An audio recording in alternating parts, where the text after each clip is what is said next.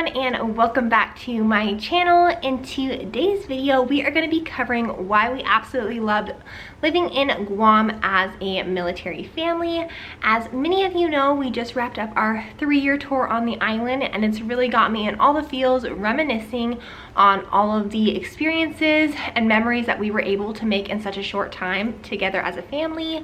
So I did already do the counter side to this. I did all of the challenges that we faced. So if you didn't have a chance to check that out, I will link it right here, or I will leave it in the description box below. But I just wanted to shed light on some of the positives. So if you are considering orders to Guam, or you're just curious about what the experience was like, then stick around. First and foremost, let's go ahead and talk about the beautiful scenery. It's the #1 thing that people think of when they think of Guam.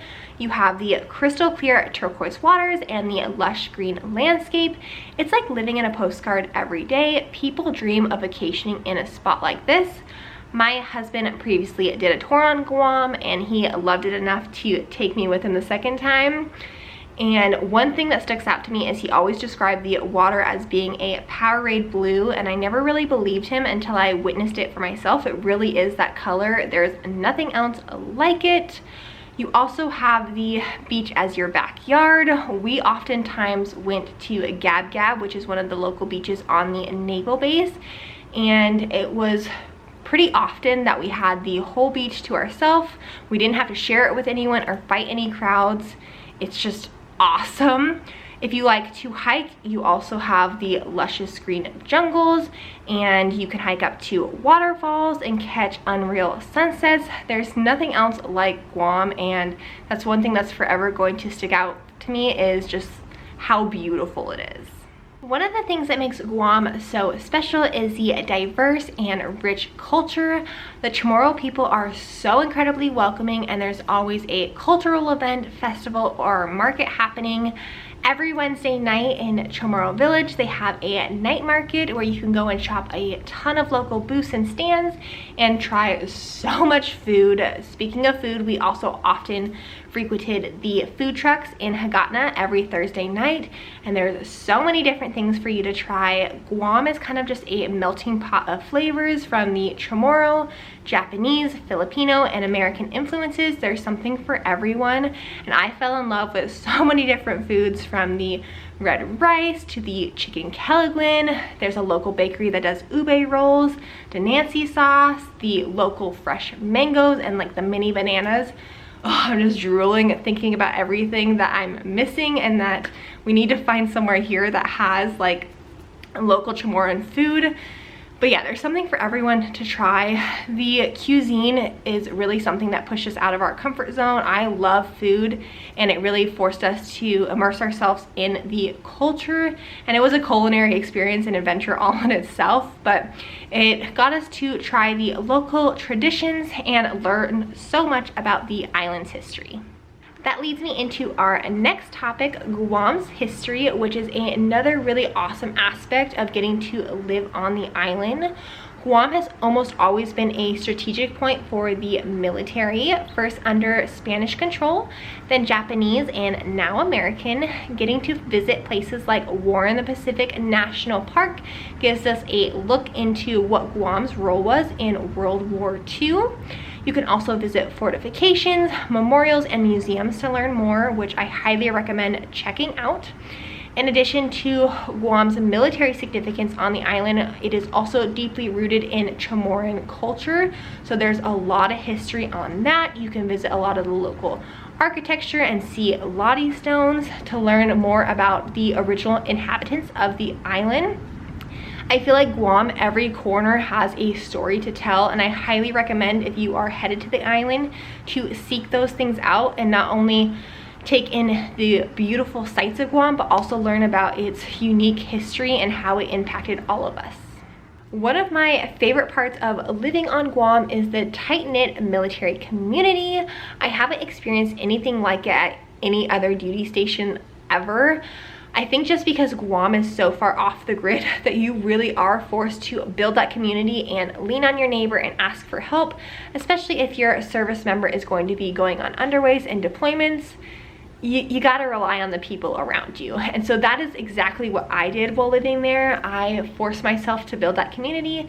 Not only through work did I have my locals, but I worked at the Child Development Center, so that got me meeting lots of military families.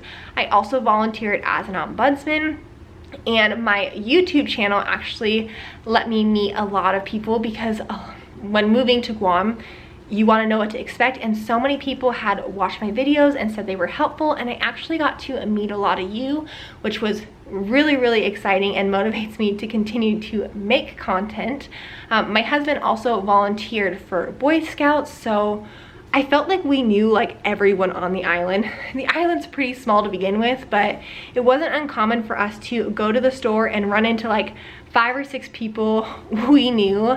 There was no such thing as like a quick trip into the store because we were guaranteed to run into people we knew, and you have to tack on an extra 20 or 30 minutes between every conversation. But that is one aspect that I don't think we're ever gonna have again. It's just that small town vibe, and there's nothing else like it. I really am going to miss that aspect of living on Guam because it's just, life is slower and it's not so crazy, and I loved the community we built. So definitely get out of your comfort zone and meet people, and that military community that you build is going to be like nothing you've ever experienced before. Another aspect of Guam that I absolutely love is it forces you out of your comfort zone. Never in a million years did I think I would be dive certified and swimming with sharks, turtles, pufferfish, and endless amounts of gorgeous fish. But here we are. I own all my own dive gear and I'm dive certified. If you would have told me that 5 years ago, I probably would have never believed you, but here we are. Another aspect is basically in Guam, you get to live like you're on vacation daily. Downtown Tumon is a huge tourist hub. There's so many hotels that are right on the water with gorgeous pools. I highly recommend checking out the PHR Pass, which is something me and my husband invested in our first year in Guam. It basically gives you like 3 hotel stays and 24 pool passes. So once a month we would go to one of the hotel pools, sit at the infinity pool overlooking the water with a drink in our hand. The vacation lifestyle that everyone dreams of having, you can do from your backyard.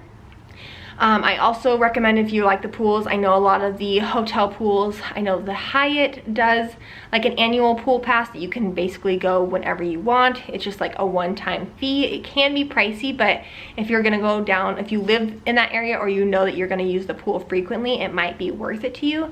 But yeah, it's really just like a very relaxing and dreamy lifestyle that everyone wishes they had, but you get to have it. Another incredible perk of getting to live in Guam is its proximity to so many different travel destinations.